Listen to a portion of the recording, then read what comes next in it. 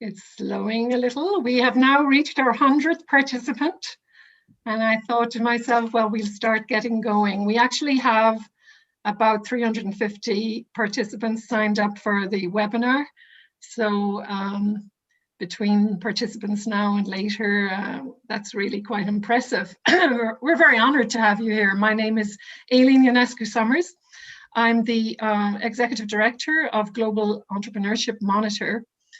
And yes, this is our GEM Global Report launch. It comes to you a little later than we usually do this. Normally, it's at the it's in February or even early March.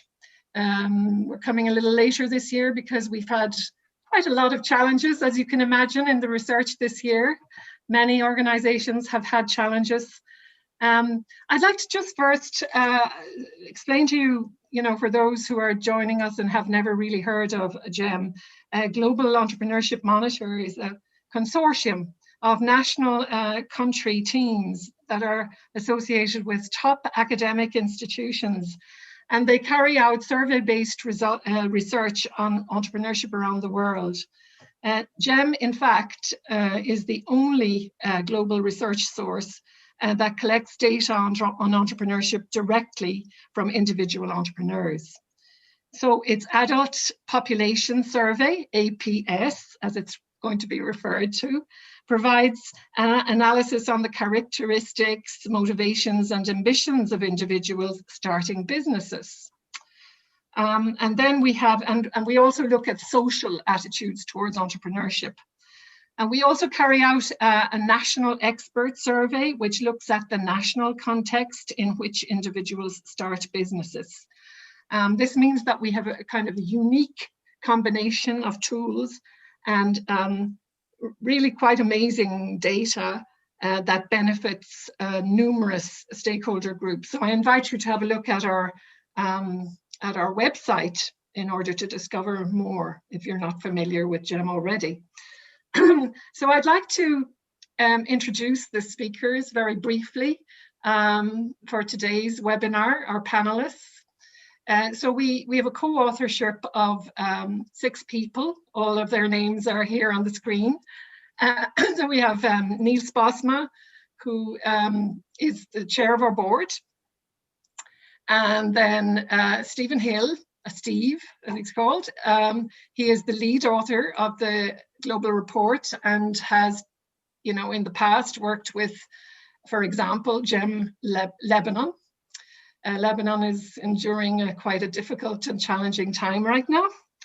And Donna Kelly, who is the on our board, on the one hand, a global sponsor and founding organization of GEM, and also leads the work with the United States team. Maribel Guerrero, who works out of the Universidad del Desarrollo in Chile, and she is part of our Chile team. And Thomas Schott, who is a very old hand at the GEM game and has been working more recently with the GEM Egypt team, but he has many strings to his bow and a lot of knowledge that he can impart here. So if we could just move to the next table, I need to really talk to you very, very briefly, just show you the number of teams that have been participating in from the GEM economies. I mean, we owe our teams everything. Let's say they are the other co-authors of the global report in the sense that they are the ones generating the data out there. We kind of slice and dice it. And there have been 43 economies participating in the APS this year and 45 in the National Expert Survey. So we actually consider it, although we did have a fall off of teams, we consider it quite an achievement because the difficulties of carrying out the kind of face-to-face interview research that we do have been absolutely enormous this year. So thank you to the teams. And then I'd just like to kind of point to the next slide, which is, look, you take those teams, those countries, and just the sheer impact of the COVID-19 cases per million population as of the 30th of August 2020. We're talking about a very chaotic and upset economic scenario. And then in the next slide, we can also look at the deaths per million. We tend to think, from wherever we sit, that there are a few countries that are particularly badly hit, but we must say that overall, no country can say that it has been spared the sheer weight of impact of COVID-19. And so, of course, COVID-19 is going to be more or less a central theme to the discussions today. And what I would like to do is hand over, what we're going to do is actually take the discussion chapter by chapter of the global report. And so I'm going to hand over to Niels right now so that he can introduce to you the first chapter and give you a little bit of an explanation. We then have one or two of the authors that will give some commentary and some case examples, and then we will move through like that. The other thing that I would say is, if you have questions specifically about the chapter that we are dealing with, the co-authors have been asked to keep an eye on your questions and to integrate them into their commentary if possible. Okay, so please make sure to keep your questions quite specific. I'm not saying, there will be another opportunity at the end of the webinar to ask more general questions, but as we move through, if you could, focus on the specifics of each chapter so that we can pick up those. So Niels, over to you, and thank you very much. Yeah, thank you very much, Aileen. As you mentioned, it's also been a special year for us. I would like to thank all the co-authors of this report. It's been a great pleasure to work with you. I would also like to thank all national teams that have been involved in GEM, and it's also great to see at this webinar the participation. If I look at the chats from the countries you're calling from, it's great to see. So this is truly a global research collaborative effort. And it's a real pleasure to present the results of the report. As you mentioned, we are going to do this very quickly. So maybe we can start with the introduction chapter, in which we highlight some of our new results. Most of the results we present are actually based on the adult population survey. At the very end, we will also present some results from the national expert survey. So these are based on adult population survey that has been put out in every participating country to at least 2,000 respondents per country. So over the 43 economies that have participated in this adult population survey. These actually amounted to more than 135,000 survey respondents in total. So we did this in 43 economies, and for the national expert survey, we actually surveyed in 45 economies. So I think this is a great achievement, because also for us it has been very challenging for all national teams to actually be able to conduct the survey given the special circumstances. Most surveys have been collected during the period May until August, and so yeah, countries were also in a different situation in terms of COVID implications. So that has to be borne in mind as well. So what you see here is the question we asked about how the pandemic actually impacted the household income.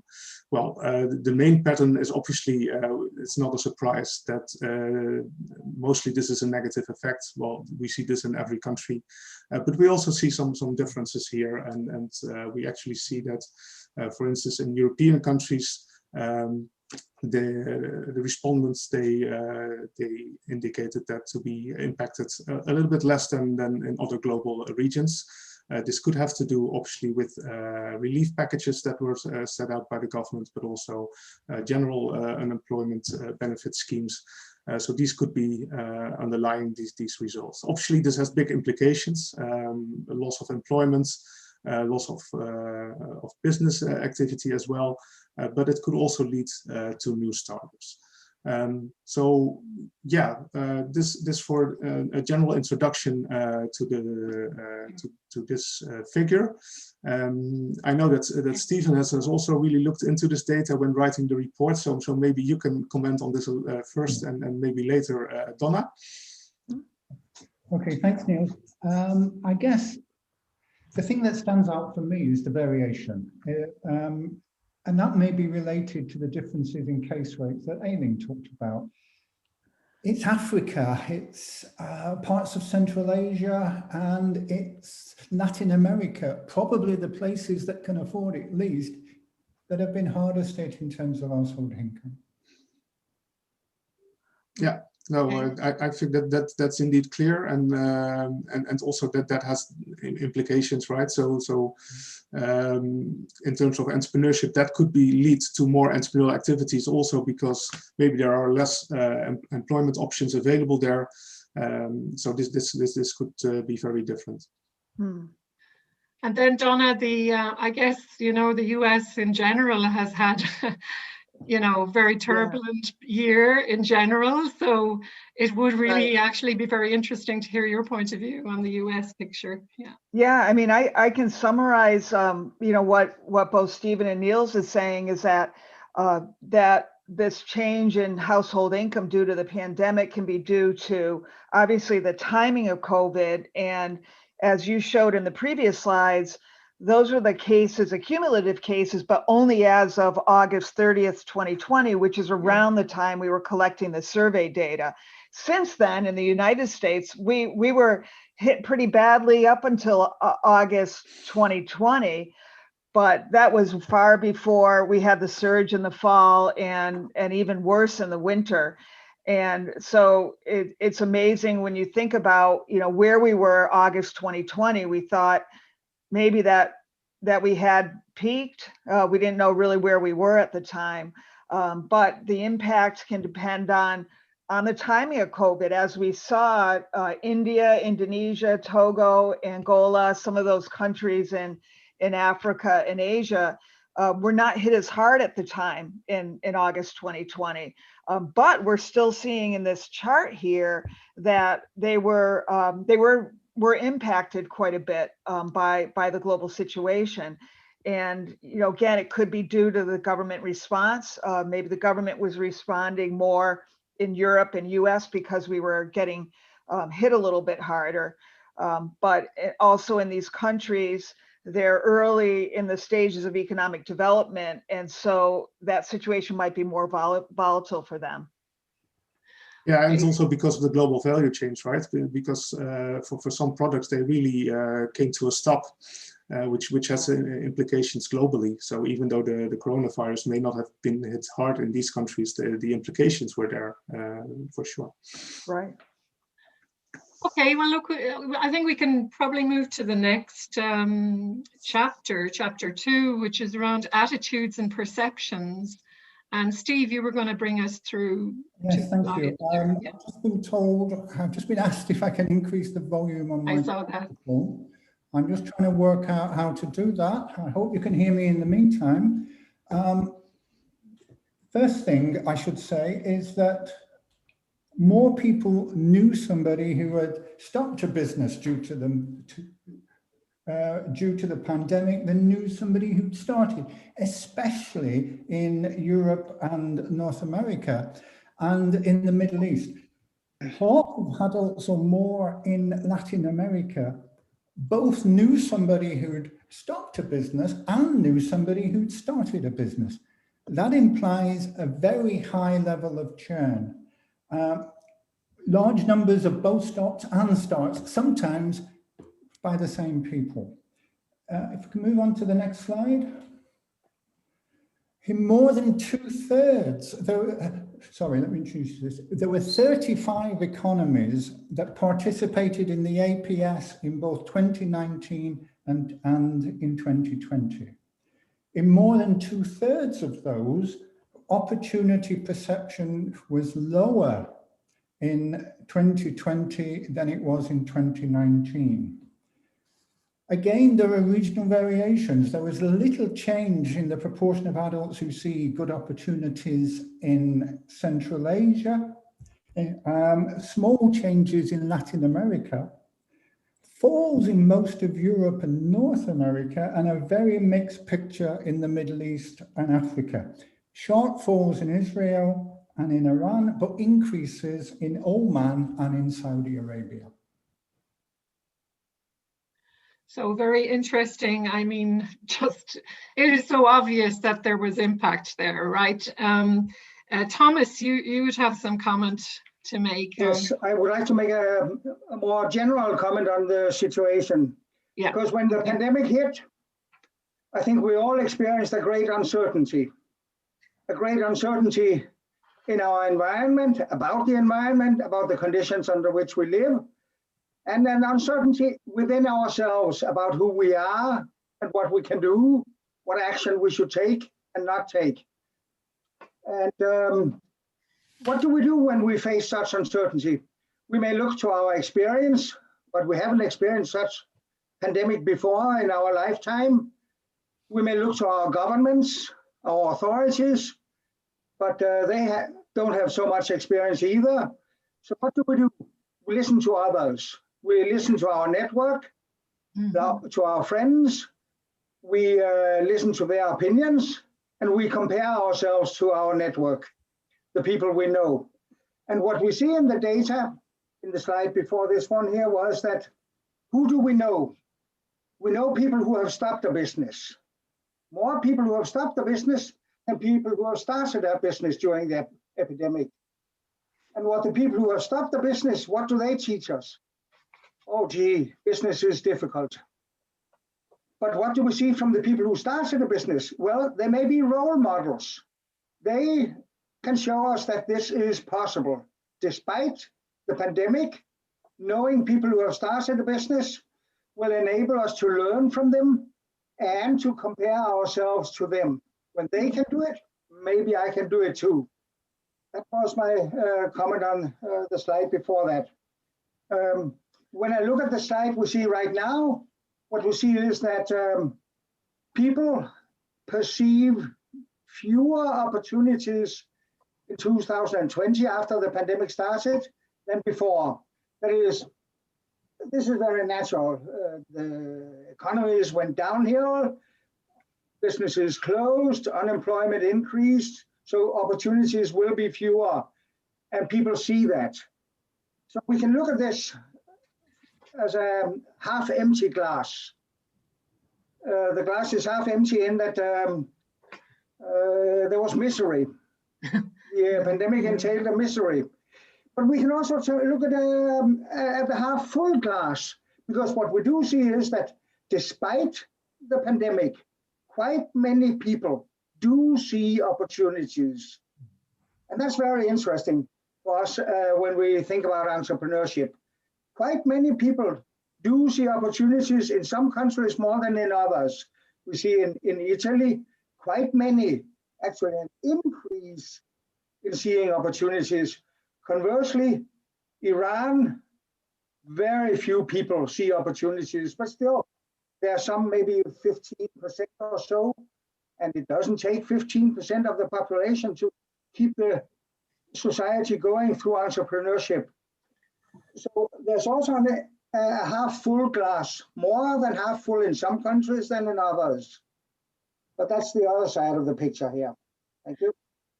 Okay, I see that some are commenting on very specific questions regarding, individual countries. I think if we have members of the national teams who would like to inform on those questions and put it in the chat, then please do so. Other than that, I'll have to remind you that this is the global report, and we also produce a series of all countries produce a country report, a national report every year.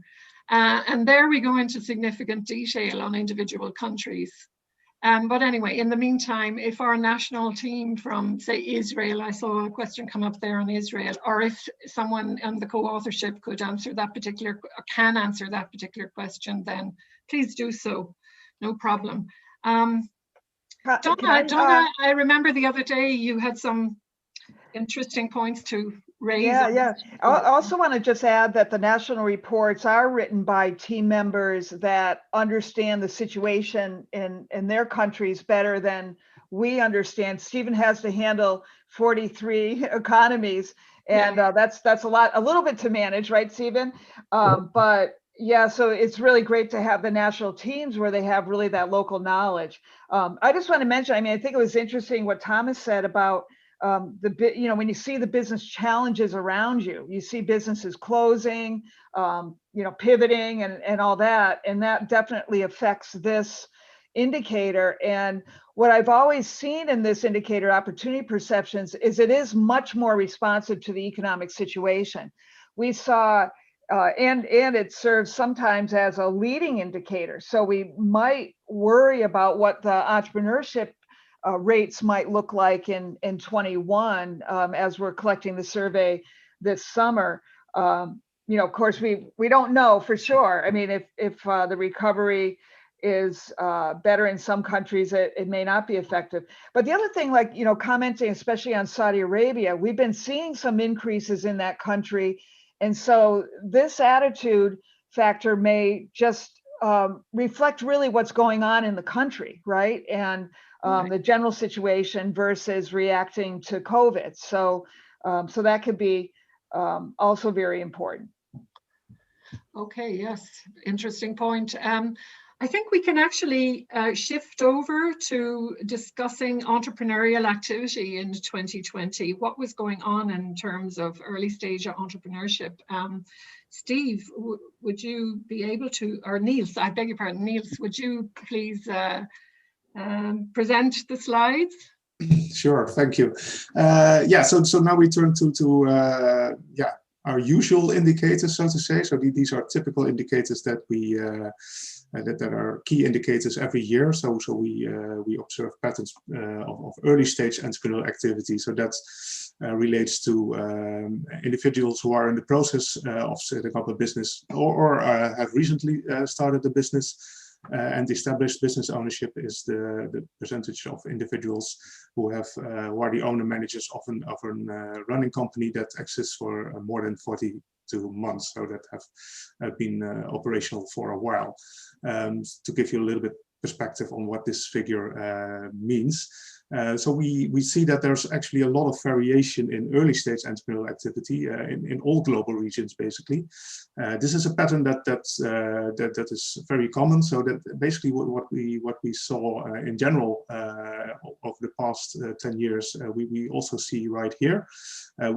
You can also see that in Europe and Northern America, that the percentages tend to be a bit lower than other global regions. So this is also something that we see more frequently. That also has to do with what I mentioned earlier, options for employment and basically alternatives for setting up a business, which tend to be a little bit more frequent in this global region. Also culture can be partly related to this, so there might be more of a kind of a startup and kind of a setting small business culture in other countries. So this is what we see more often. For established business ownership, the variation is a little bit lower, but also here interesting findings are that, for example, you see in some countries such as Greece, where the established business ownership rate is higher than the early stage entrepreneurial activity rate, whereas in many other countries it's the other way around. So this gives an interesting perspective on new dynamism versus stability in terms of entrepreneurship in a country. So I think this is an interesting finding also this year, because basically, even though we see that in most countries early stage entrepreneurial activity has gone down when compared to 2019, which you would expect, basically, right? That there's also a relation with fewer opportunities because of the COVID crisis. but it hasn't gone down drastically. So that basically also gives, I think this is actually a very important overall result, that we still see a lot of entrepreneurial activity happening throughout the globe, basically, which has to do with also the resilience and the innovativeness that entrepreneurial individuals see around them, even in the midst of a crisis. And maybe that's also a good point to also go to the next slide, because this year we asked them, all those people who were involved in early stage entrepreneurial activity, whether or not they saw opportunities because of the pandemic.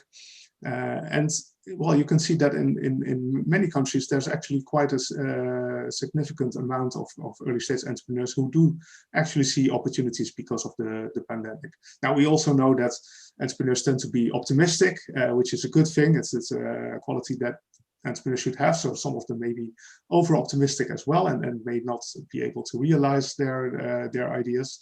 This is inherent to entrepreneurship, but I think it's also very important aspects of entrepreneurship, and some of these new opportunities that are developed may turn out to be to be good initiatives that will grow into bigger companies, which is also what we've seen in the past global crisis in 2009 and 2010. Yeah, so I think this is the main summary of the entrepreneurial activity results for this year. So Maribel, can I bring you in at this point? Maybe you can give some comments and probably draw in the Chilean perspective on this as an example. Sure. Yeah, sure, Eileen, thank you very much. So, well, Donna mentioned something very interesting right now that regarding with each country has its particularities, you know. So in this sense, for example, let me share with you the Chilean experience for understanding better some kind of the dynamic trend that Niels mentioned before. So, for example, historically, the entrepreneurial dynamic has been very constant in the Chilean context.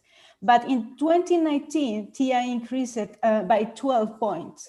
And in 2020, it decreased 11 points. Wow. So how we can understand this situation and these dynamics? Well, obviously, each national team has knows better the situation and understanding about these countries and trends. But I believe that there are some interesting elements that we need to take in account. First is obviously the unexpected events. So obviously, we understand that the globe has these different waves of the COVID-19 that affected. But for example, in the case of Chile, we also faced the social movements during the last quarter of 2019. So this means like we faced two different events that are collected or are captured in the data set. So this means, and this explains, for example, some variations in given the different specific restrictions, supports, and as well as variation across regional capabilities. Also, there is also another important element is the configuration of the entrepreneurial activity. For example, in the case of Chile, TIA is mainly integrated by nascent entrepreneurs. So this is the most vulnerable groups because there are less than 3 months that are trying to develop in their own business, and they don't have paid salaries, and they face the different challenges during this period. So, and the third element that is important to take in account is the sectoral structure, because, for example, the majority of the initiatives that I mentioned before are mostly oriented, for example, to customers. And these customers are related, for example, to sectors that were considered not essential during the pandemic. So for this reason, it's important also to take in account. And also, for example, it's important the indicators that, for example, Niels mentioned at the beginning related with the income.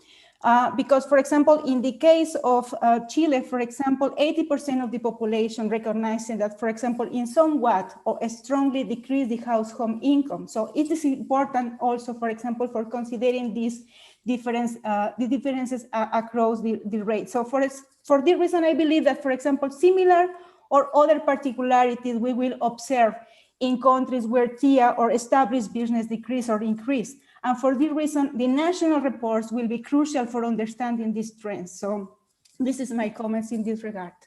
Okay, so be sure to follow up, you know, and have a look at those national reports, which are really, really very in-depth in terms of their detail.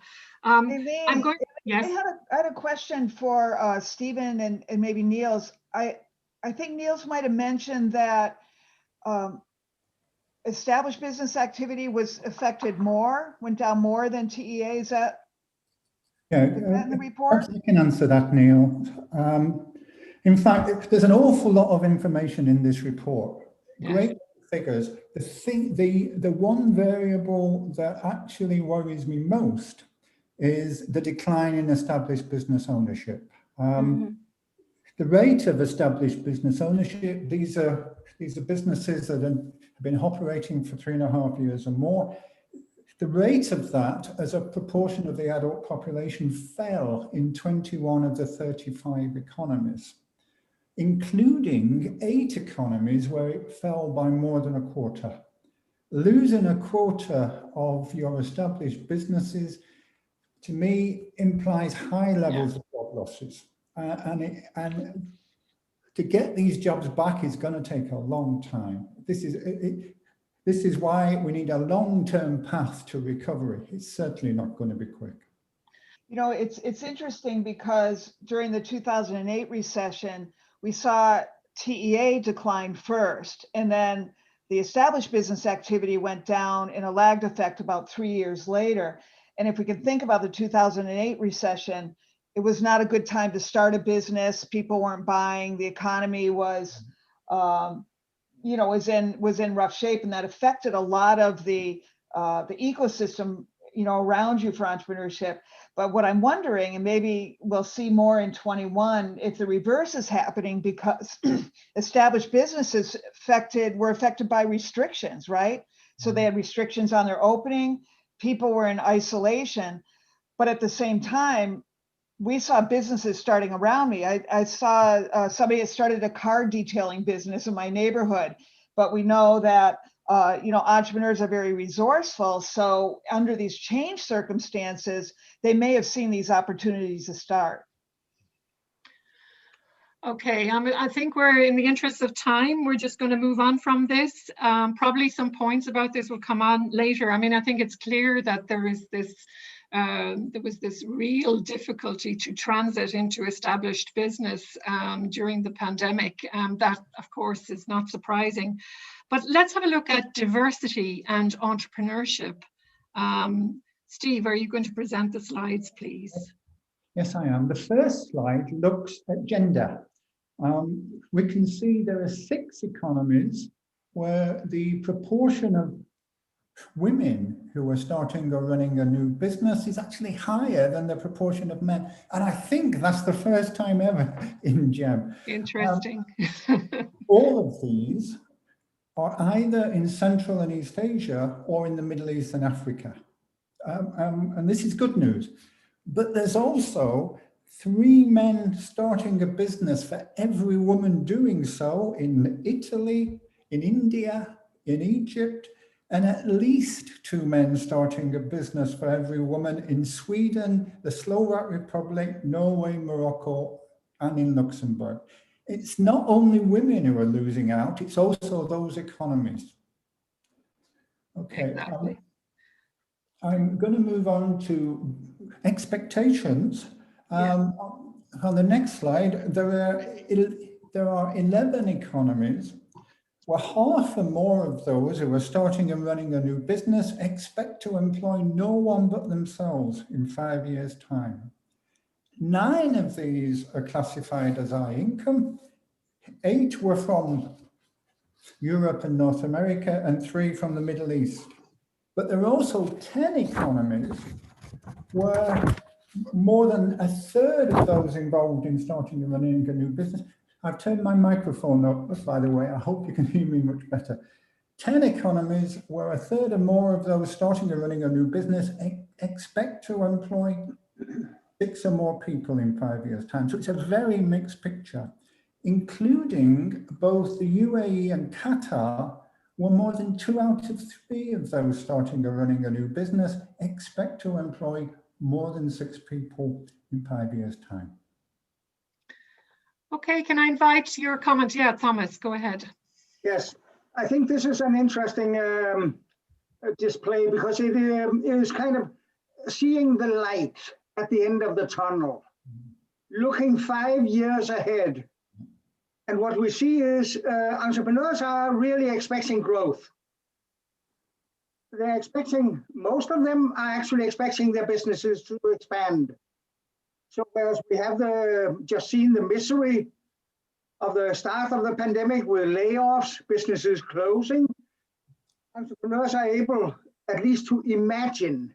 Nobody can see the light at the end of the tunnel, but they can imagine a recovery in 5 years where businesses will again have expanded. That is the interesting thing we see here. The second interesting thing is that this differs across countries. The optimism about recovery is much higher in some countries than in others. Yeah. Thank you. Which, of course, what do you think, Thomas, is culturally related to a large extent, or?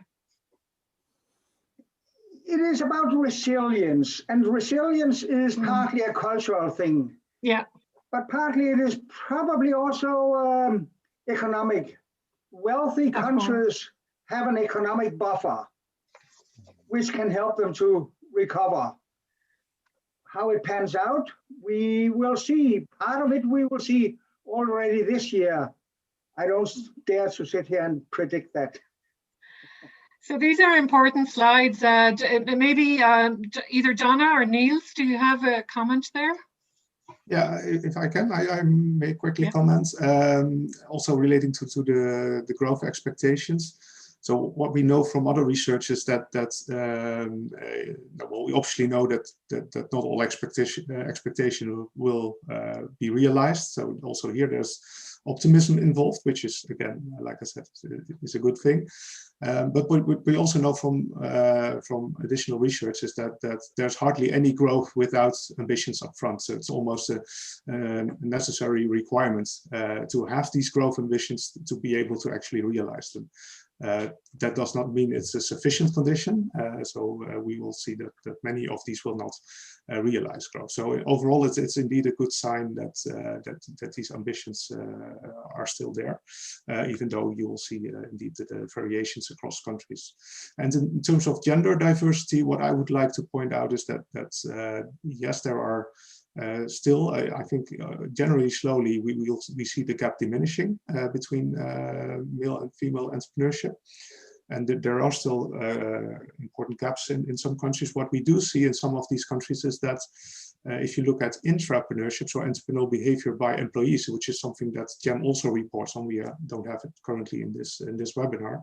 But relatively speaking, females are better represented there. So the gap is lower in intrapreneurship, so entrepreneurial behavior by employees, compared to independent entrepreneurship. So that's also quite an interesting additional insight we have from the Global Entrepreneurship Monitor results. And I'd like to just add that one of the things that we do at GEM is we produce special reports, and we have scheduled the production of a women's entrepreneurship report sponsored by Cartier's Women's Initiative. And also Smith College in the United States. And it will be coming out in September of this year. So watch this space for more on gender. You know, that again goes into a lot more detail. Let's move. Oh, yes. Aileen, I just want to mention, sure. You know, first of all, entrepreneurship can be very empowering for women. I think for some of these countries where there's more push for equality, but then there are implications for the conditions and whether those serve different societal groups differently. But I also just want to point out, I mean, what's interesting is in the Middle East, we're starting to see some equality, but also a lot of growth orientation and growth projections. So that's just an interesting part of the world, I think, that we'll have to watch. I think it would be important to say too that the 2020 research and the data that was gathered up to end of August 2020 it's really just the start of a journey, I think. I think that this year's report, the research will be even more interesting in terms of seeing observing the full impact of the pandemic on entrepreneurship. So very much looking forward to this year's research, which has gotten off the ground just a few weeks ago. Let's move on to motivation now. And Niels, you were going to present these slides. Correct? I don't hear you, Niels. You have to switch on your... Yeah. Sorry for that. No problem. Yeah, so in terms of motivation, we also asked about the pandemic, and we asked them to what extent starting running a business is more difficult than 1 year ago. And that has to do obviously with motivations to either pursue it or not.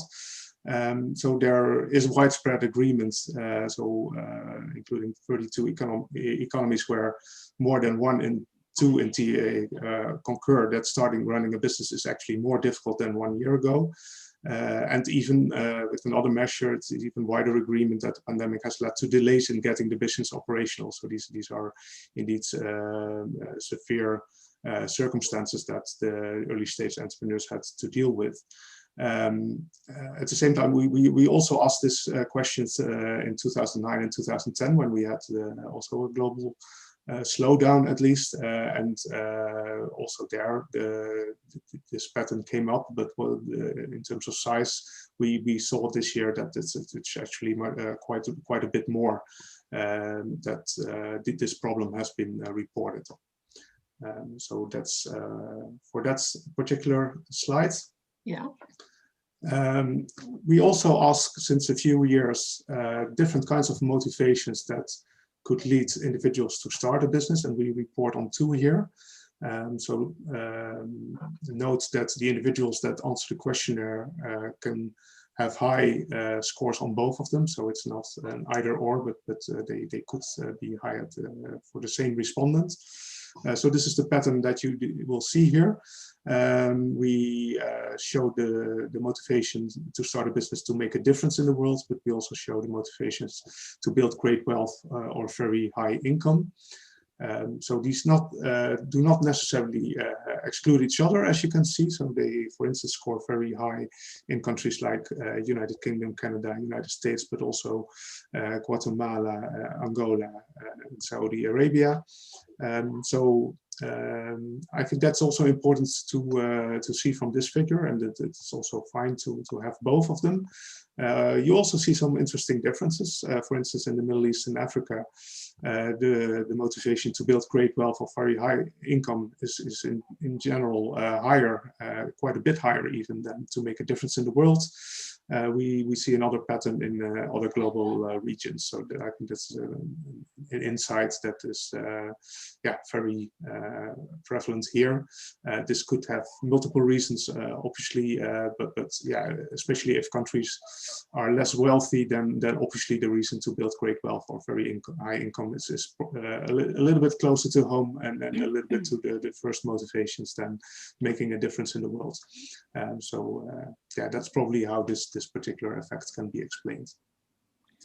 I think that these are the main outcomes for this this particular slide. Just to mention that we've actually brought the APS to the next level in terms of understanding for example, the Sustainable Development Goals and the impact of entrepreneurship on Sustainable Development Goals. And we've included this year some questions on that, which will enable us to produce a report next year related to sustainability and entrepreneurship. So that's something that we're planning to do next year. But in the meantime, Maribel, would you be able to bring us some input on these two graphics? Sure, Eileen, thank you. So as Thomas mentioned at the beginning regarding with the role models, so I believe that the first indicator that Niels described also confirms that, for example, at least 80% of the population, for example, of the countries that failed in both starting business and as well as, for example, established business, thinking that it's very difficult to create a business in comparison with the previous years. So, and particularly, there are 4 countries that are following this trend. That is, for example, the India, Italy, Chile, and the UAE. And also regarding with this, well, obviously this indicator also reflects maybe the perception of these individuals regarding with the restriction that are faced, for example, based on the pandemic, you know, and as well as, for example, the economic or financial situation that they face instead of in related, for example, with the domestic market or the level of exportations, or even though, for example, the lack of liquidity that they could have. But in the second figure that, for example, Niels explained us, there are also interesting difference across countries. In some way, these 2 indicators show is, for example, the social or the economic purposes behind this business, you know, because, for example, in the first indicator, like the make a difference could be linked with this social purpose. And in the high income, the second element could be related with these economic purposes, you know. And if we pay attention, for example, again, the highest percentage of these indicators are related with countries that, for example, drop it, and as well as rise it in these both indicators that I mentioned before. For example, in the first case, in the drop it, for example, Chile and India has the highest percentage of indicator related with a make a difference, and in contrast, for example, Panama and Colombia has the same. In some way, they have a special balance between these 2 indicators. And maybe one explanation could be related that, for example, during the pandemic, we observed different trends or different the emergence, for example, of new digital social initiatives that most of them were developing by entrepreneurs, for example, to respond to the needs during the social movements, for example, in the case of Chile, and as well as during the pandemic, you know?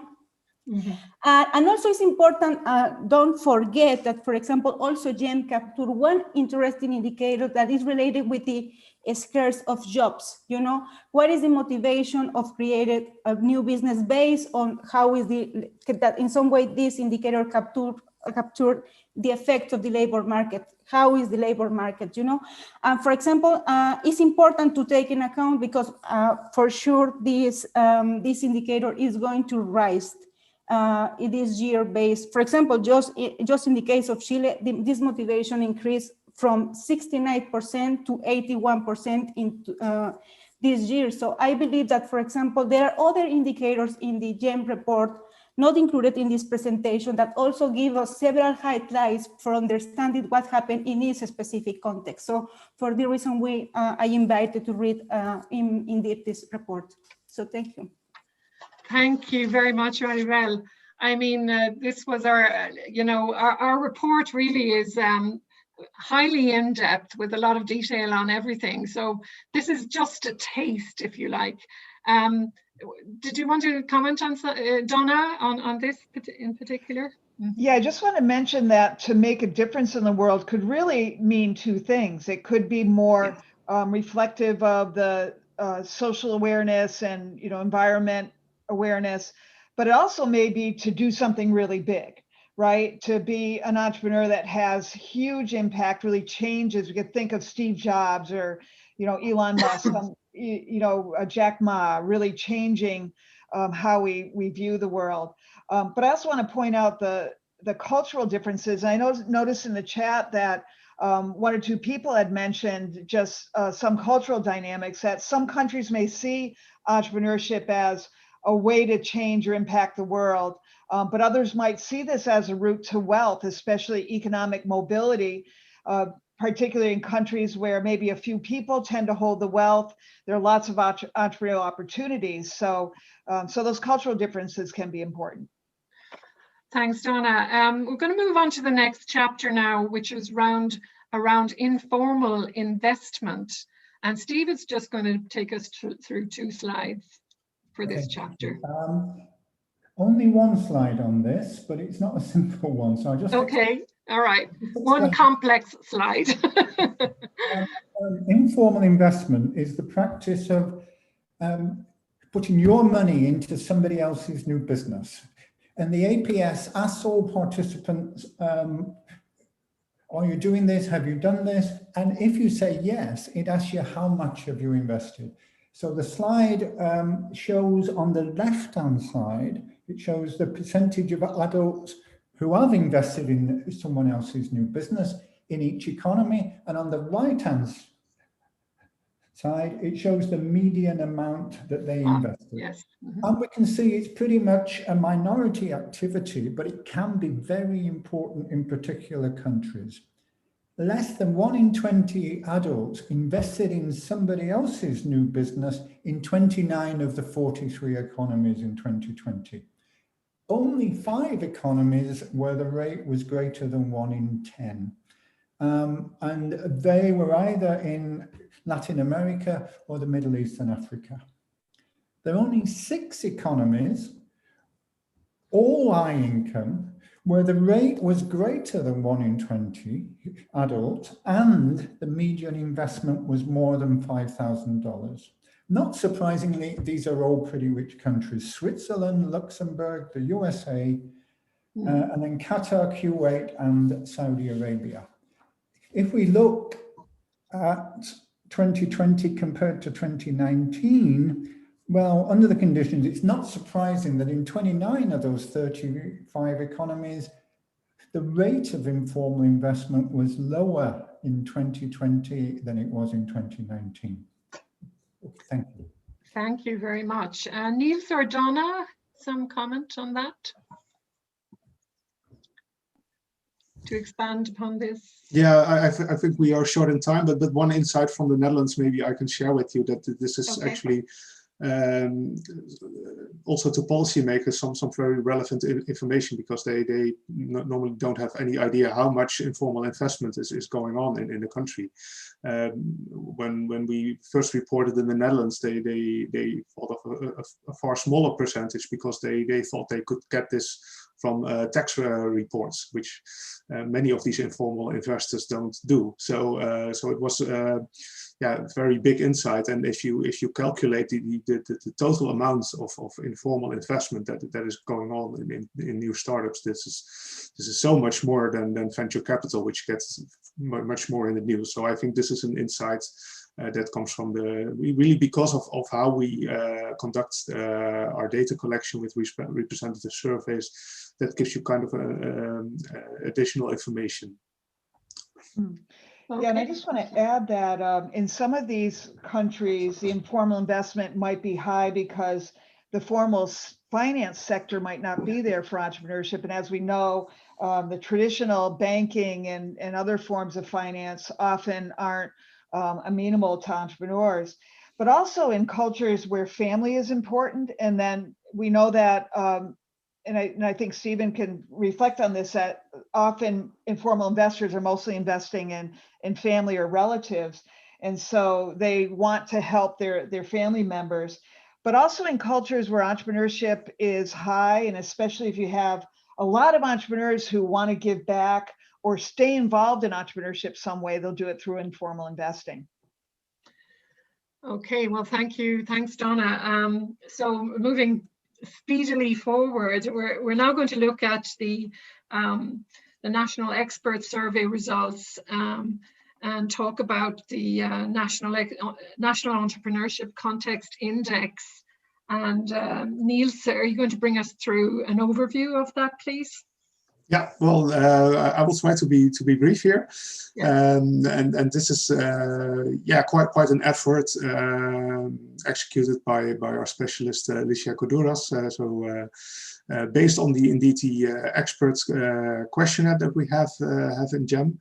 So in each country, at least 36 experts are being interviewed with questionnaires related to several conditions that can spur entrepreneurship. So we've put these in categories, and basically based on all these responses, we have 12 framework conditions that are included. that leads to this index.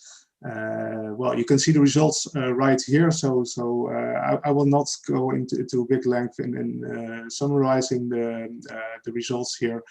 I would really also suggest to look at the global report, in which you can see also the underlying framework conditions, because I think it's actually very interesting to see for each country where experts rate the conditions the highest versus the lowest, because that gives you really the most relevant information on where you can improve in your country.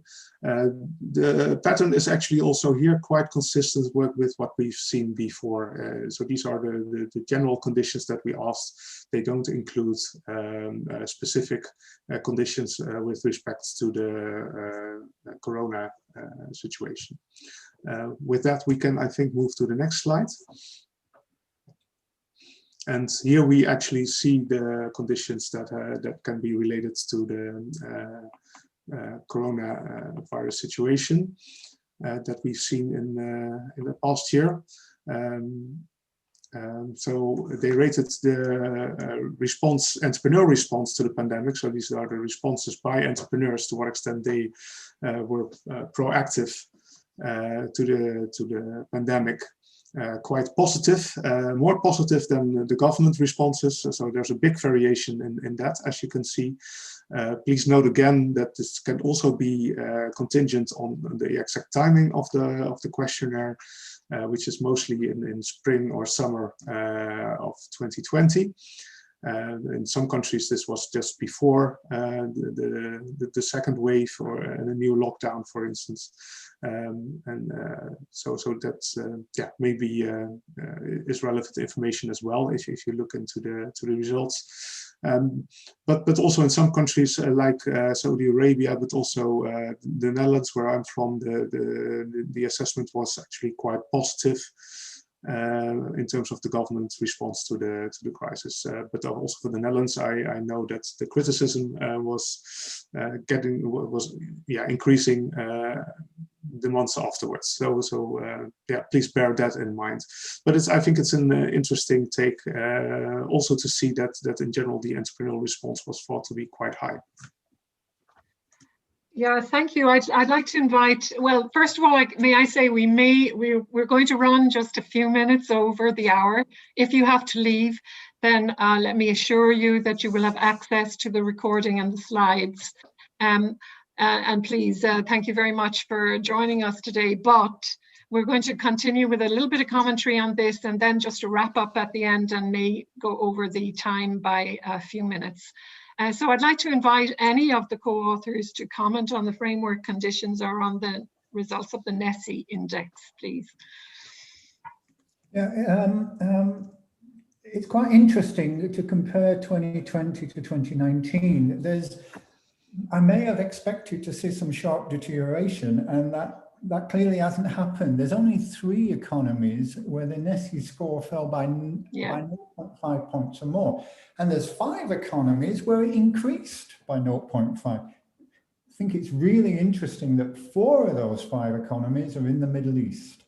And I think that's clear evidence of the efforts that governments in the Middle East are making to try to promote entrepreneurship. 4 of the 5 economies, the score increased by 0.5. Those 4 economies were Iran, Saudi Arabia, Oman, and also Israel. So interesting thing. Mm-hmm. So I think, what will be very interesting is this year's research and whether this momentum has been maintained by governments in terms of investment in the different parameters that encourage entrepreneurship. Anyone else like to make a comment on this slide? Yeah, Thomas, yes. Yes, what GEM has been focusing on here is mostly the very formal framework conditions, where we have the ability of, for example, governments and business leaders to change these formal framework conditions. But they're very rigid. They have much inertia, stability over the years. But what we see here in the, during the pandemic is that what has really changed is the more informal conditions under which people work, the kind of the atmosphere that people are working in. And they have changed dramatically. But we don't see that in the formal framework conditions.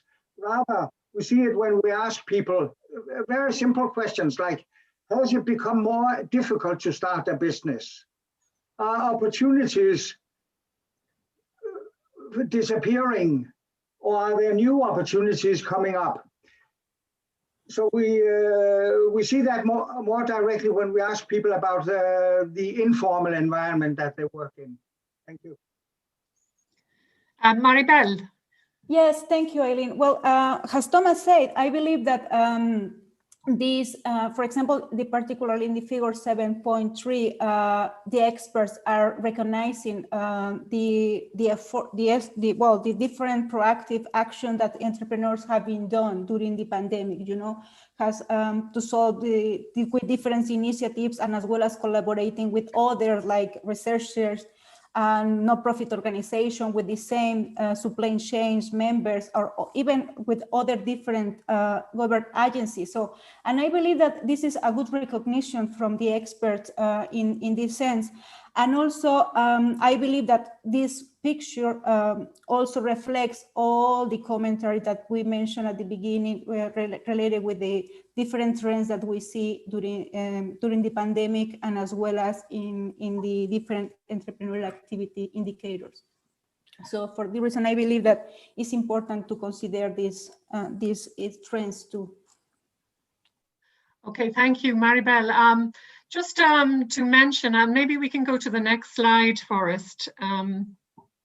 The final slide is just to mention that we have up on the right-hand side there, you'll see another report that we produced during 2020, which was diagnosing COVID-19 impacts on entrepreneurship, and very much collecting some perspectives from different national teams on how entrepreneurship has reacted in the past to other types of crises. Of course, I think we know that in our lifetimes, we've never ever seen anything quite like this particular pandemic. So it's difficult to cast forward and understand what the overall impact will be, and it'll be borne out in the research over the next period. But it's also interesting to look at the past and kind of predict maybe that some of the things that have happened, for example, around the 2008 crisis may occur again. So I'd encourage you, if you're interested in that particular aspect, to look at this report, Diagnosing COVID-19 Impacts on Entrepreneurship. And I think it's very unusual, in fact, because it was really produced in the summer of 2020. And so we tried to gather together in the second part of the report kind of a summary of what governments, the immediate action that governments took as a result of the pandemic's first impacts. So in that sense, it's kind of like almost an iconic collection of this is what happened, I think it'll inform our perspectives as we move forward. So I invite you to have a look at that report. I'd like to just do a very quick, question to the other co-authors. Would you like to make a wrap-up comment of any kind? Yeah, please. Okay, I just want to mention, we've spent all the time looking at the chapters. Yes. The global report is much more than those chapters. Yes. There's also a profile of each economy, a 2-page profile of each economy, and there's all the data tables, all that wonderful data at the back. So please download the report and make the most of all that information. And finally, from me, we should thank the GEM data team. So I want a big thank you to Francis, to Boris, and to Alicia. Wonderful help, great team. Yes, it takes a little bit of a mini village to produce this report, and the data team are such a fundamental part of it. Anyone else in the co-authors want to make a final statement? I just want to, and thank the data team and all the GEM national team members as well. You know, the national reports, many of them will look longitudinally for those teams that have been in GEM for a long time, and that will be really important to look at, you know, kind of the progress over time. And in some of these countries, like the United States, we're a pretty mature economy and we react more to changes in the economic situation, whereas in other countries, entrepreneurship is in the increase. And I think, you know, we see this in the Middle East. So we have sort of two factors going on. We have the developing entrepreneurship sector, as well as you know, reacting to the economic situation. But also, let's mention that in the GEM website, you can get a lot of these indicators in the data section. So those are available too. So you can examine those as well. Yeah, I see. I mean, quite a few questions have been answered. But, you know, if you're not getting answers to your questions, really go to the website. There's absolute wealth of information for anybody interested in particular aspects. I'd also like to say, well, if you're out there, I see we still have over 140 participants listening to us. And if you're seeing missing teams, well, this year was a little bit unusual in that we had definitely some fallouts of teams that are very active teams, but just because of the situation, because of the pandemic, they were not able to participate this year. It includes actually China, right? I saw there were one or two questions about China. It includes Lebanon, which has not only difficulties because of COVID, but also geopolitical difficulties. You know, so we sometimes our teams will take a skip year, but we are also missing teams. You know, we want more teams in Latin America. We want more teams in Africa. We want more teams in Asia. We want full representation on a global level. And so if you're thinking that you might be able to form a national team, we really, really need to hear from you. The other thing is, I've mentioned during the webinar several reports that are sponsored by different organizations. So if you're out there and you're wondering about whether you can sort of partner with GEM, by all means, please contact me. It's really easy to contact me because my email is in the global report, and I'd love to hear from you. And that's what I have to say. I also want to thank Kevin Anselmo, who went to endless trouble to set everything up for today. And Laura, who's been helping for that, Laura Freeburn. And again, my own special thanks to the data team. We really are very lucky to have such a great and dedicated team. And thanks to the board of GEM also. Thanks to Aileen. Oh, well, thanks, Donna. No, it's a real pleasure to work with GEM. It's a pleasure to be part of this great initiative, and by all means, try and join us in some way or another. And we'll try and get to any questions that were outstanding separately. I hope you enjoyed this presentation. And by the way, yeah, one last thing.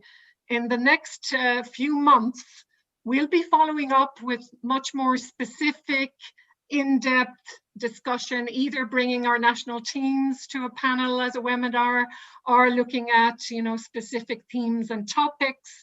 So, you know, just keep an eye on what we're doing and join us for those webinars also. Thank you very much and have a great day, evening, or wherever you are. Okay, bye-bye. Thank you.